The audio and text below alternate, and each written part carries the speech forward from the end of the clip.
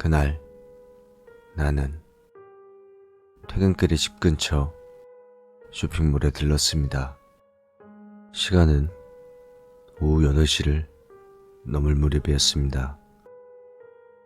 그 쇼핑몰은 대형마트나 백화점과는 비교도 안 될 작은 지역의 쇼핑몰입니다만 평소 옷 같은 걸 살 때는 무척 편리해서 자주 이용하는 곳이었습니다. 6층짜리 건물 중 5층, 6층은 주차장이고 쇼핑몰은 지하 1층부터 지상 4층까지 총 5개 층입니다. 하지만 그 무렵 지하 1층만은 리모델링 중이라서 출입이 안 되는 상태였습니다. 제가 도착했을 때는 이미 8시 30분가량이었기에 이미 대부분의 점포가 문을 닫은 상태였습니다. 저는 4층에서 쇼핑을 하고 서둘러서 돌아가기 위해 구석진 곳에 있는 엘리베이터로 향했습니다. 엘리베이터에 타고 1층 버튼을 눌렀습니다. 그 엘리베이터는 몇 번인가 탔던 적이 있었지만 창문이 없어 답답한 데다가 조명도 상당히 어둡습니다. 속도도 느리고 소음도 큰 데다가 뒤에는 쓸데없이 커다란 거울이 붙어 있어서 탈 때마다 영 기분이 좋지 않았습니다. 엘리베이터가 움직이기 시작한 후 문득 버튼을 봤습니다. 그런데 내가 눌렀을 지상 1층이 아니라 그 한 칸 아래에 지하 1층 버튼에 불이 들어와 있었습니다. 잘못 눌렀나 싶어서 다시 1층 버튼을 눌렀지만 불은 들어오지 않았습니다. 엘리베이터는 무거운 소리를 내며 계속 아래로 내려갑니다. 그리고 그대로 공사 중이라 출입금지 상태일 지하 1층에 도착해 천천히 문이 열립니다. 공사 중이라 그런지 지하 1층에는 불도 안 켜져 있어 깜깜한데 오직 유도등의 녹색 등불만이 빛나고 있었습니다. 당연히 리모델링 중이라 가게 안에 안 들어와 있으니 그저 텅 빈 공간만이 눈앞에 펼쳐져 있었습니다. 기분이 나빠진 나는 닫힌 버튼을 눌러 다시 1층으로 올라가려 했습니다. 그런데 문이 닫히려는 그 순간 제 시야에 무언가가 들어왔습니다. 어두운 곳에 눈이 익지 않아 처음에는 잘 보이지 않았지만 아무래도 닫히려고 하는 엘리베이터에 타려고 달려오는 사람인 것 같았습니다. 그래서 나는 열린 버튼을 누르고 그 사람을 기다려주기로 했습니다. 하지만 조금 어둠에 익숙해진 눈으로 다시 한번 그 사람을 보니까 무언가가 이상했습니다. 나를 향해 달려오는 그 사람의 그림자는 적어도 2미터는 될 만큼 큰 키에 이상하게 머리가 작은 데다가 몹시나 야위어 있었습니다.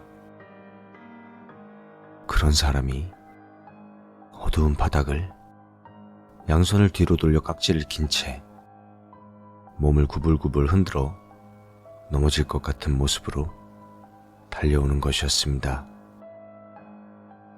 겁에 질린 나는 서둘러서 닫힌 버튼을 눌렀습니다. 그걸 알아차린 것인지 그것은 더욱 몸을 비틀어가며 저에게로 달려왔습니다.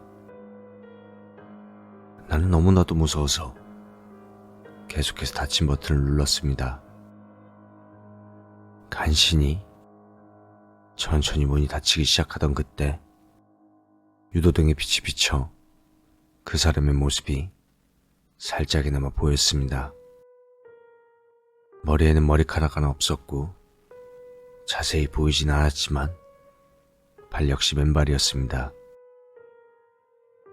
겨우 문이 닫힌 후에도 나는 바보처럼 계속해서 닫힌 버튼만 누르고 있었습니다. 하지만 1층 버튼을 누르는 것도 잊고 있었기에 한동안 엘리베이터는 그대로 멈춰 있었습니다.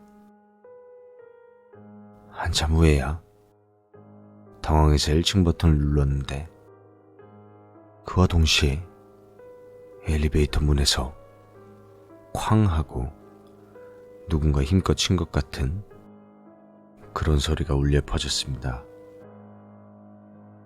나는 또다시 겁에 실려 1층 버튼을 마구 눌러 1층에 도착하자마자 밖으로 뛰쳐나가 도망쳤습니다. 그 이후로 쇼핑몰을 찾는 게 두려워졌습니다.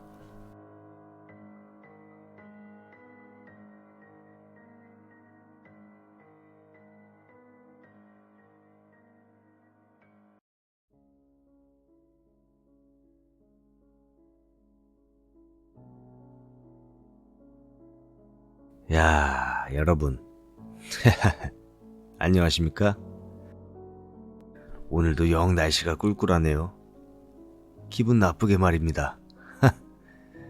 저는 도쿄에서 부동산 중개업을 하고 있습니다. 뭐 부모님 때부터 물려받은 겁니다만 이렇게 좋지 않은 날씨가 이어지면 또 늘어나 버리곤 합니다. 뭐 그래요 그래. 변사자의 수 말이에요. 뭐 도쿄는 한 해에 10,000명 넘게 죽어간다죠? 그게 나랑 무슨 상관이냐고요? 그게 또 큰 관계가 있다니까요. 뭐 혹시 하자 물건이라고 아십니까? 뭐 모르신다. 그러시구만요. 뭐 여러 이유로 판매나 임대 시장에 있는 물건들을 말하는 겁니다만 쉽게 말하자면 죽은 사람이 나온 방이라는 거예요. 자살이나 뭐 살인같이 변사자가 나온 물건은 우리 같은 업자들에게는 고민덩어리라서 말이죠. 전에는 이것도 그냥 사실 숨겼어요. 뭐 가격만 왕창 내리면 나름대로 손님도 들었었거든요. 나중에 손님이 사실을 알고 항의하러 오는 일도 종종 있었지만요. 아무것도 모른 채 거기서 잘 살면 뭐 아무 문제 없는 거 아닙니까? 그런데 그게 법이 바뀌면서 글러먹은 거예요. 소비자계약법이라고 하는 놈인데 하자를 숨긴 채 계약한 물건은 손님이 항의한 시점에서 계약이 무효화가 되는 겁니다. 당신이라면 이 방에 죽은 사람이 있습니다. 뭐 이렇게 광고에 써놓을 수 있겠어요? 방값을 깎는 것도 한계가 있으니까요. 도쿄에서 한 해에 10,000명의 변사자가 나온다는 건 하자 물건도 그만큼 계속 늘어난다는 소리죠. 한 해에 몇천 집은 될 거 아닙니까? 도쿄에서 장사를 해먹는 나 같은 놈한테는 이게 피할래야 피할 수가 없는 그런 늪 같은 거라고요. 하자 물건이라는 건 말입니다. 하지만 그렇다고 이쪽도 그냥 손 놓고 구경할 수만은 없잖아요. 혹시 셀베접자라고 알고 계십니까? 뭐 간단히 말씀드리자면 우리 같은 양반들을 구조하는 업자들이죠. 하자 물건의 사실고지에 있어서 해당 대상은 바로 전에 살던 사람까지만 해당되거든요. 고로 업자가 알선해온 거주자를 잠시 동안 살게 하는 걸로 하자 고지 의무를 지워버리는 거죠. 지당한 일이지만 말입니다. 하자 물건에 업체 사람들이 들어가서 직전 거주자가 되어버리는 겁니다. 반년 뒤에 돌려받은 물건은 이제 멀쩡한 집으로 둔갑하는 거고요. 이렇게 하자 물건을 고지할 필요 없는 평범한 물건으로 구조해주는 게 셀베지 업자라는 겁니다. 어디까지나 서류상에서 깨끗한 물건으로 돌려주는 거죠. 그런데 이 업계에도 괴상한 이야기가 한두 개쯤은 있단 말입니다. 에? 뭐라고? 듣고 싶으시다고요? 우리가 일을 맡기는 A라는 업자가 있어요. 그 양반 무지 바빠요. 도쿄뿐만 아니라 주변 도시에서도 의뢰가 잔뜩 들어오는 것 같더라고요. 그저 부러울 따름이에요. 아무튼 하자 물건에서 반년간 살 사람들은 아르바이트 사이트를 통해 구하고 있답니다. 그러던 어느 날이었던가 A가 의뢰를 받아서 봤더니 지난번에 의뢰를 처리해서 돌려줬던 물건이었대요. 반년 전쯤인가 셀베지를 마치고 돌려준 지 얼마 안 된 물건이더라는 거죠. 근데 이번에는 지난번과는 다른 부동산에서 의뢰를 해오더라는 겁니다. 도쿄 N역 근처의 임대 아파트로 700땡땡호라는 곳이었다고 합니다. 당황스러운 A는 그 부동산에 연락을 했답니다. 그랬더니 몇 달 전 계약을 했던 여자가 방에서 목을 매달았다는 거지 뭡니까? 세상에는 온갖 일이 다 일어나니까요. 그래서 이번에도 그 물건의 셀베지를 맡게 되었답니다. 그리고 반년 뒤에 또 의뢰가 들어와서 살피고 있는데 그 700땡땡호였답니다. 이번엔 여대생이 목욕탕에서 손목을 그었대요.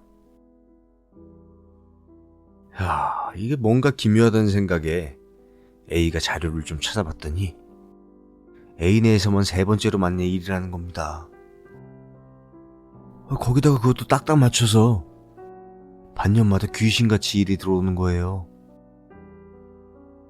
아르바이트로 보내서 살라고 시킨 놈들도 계속 못 살겠다고 우기면서 나가대는 통에 겨우겨우 기간만 채웠던 거고요. A도 좀 당황해서 주저했지만 어쨌거나 돈이 되니까 또 맡기기로 했답니다. 그리고 이번 반년 후에 4번째 의뢰가 들어온 거예요. 이번에는 셀러리맨이 돌연사를 했어요. 그리고 또 셀베지를 마치고 돌려줬답니다. 그리고 반년 후에 똑같이 5번째 의뢰가 들어왔습니다. 물장사하는 여자가 농약을 마셨다던가 그랬대요. 그리고 또 마찬가지로 6번째 의뢰도 어김없이 반년 뒤에 들어왔고요. 이쯤 되니까 소름이 돋더랍니다. 아르바이트생들 사이에서도 그 집 소문이 쫙 퍼져서 아무도 들어가려고 하지 않았다고 하고요. 결국 6번째 의뢰는 안 받았다 그러더군요. 지금도 A한테 정기적으로 셀베지 의뢰가 들어오는 물건이 몇 개나 있다고 합니다. 완전 단골 손님이라고 A는 싱글벙글입니다만 아무튼 이건 사실인데 이거 제가 분위기에 젖어서 꺼림칙한 이야기만 잔뜩 늘어놓았네요.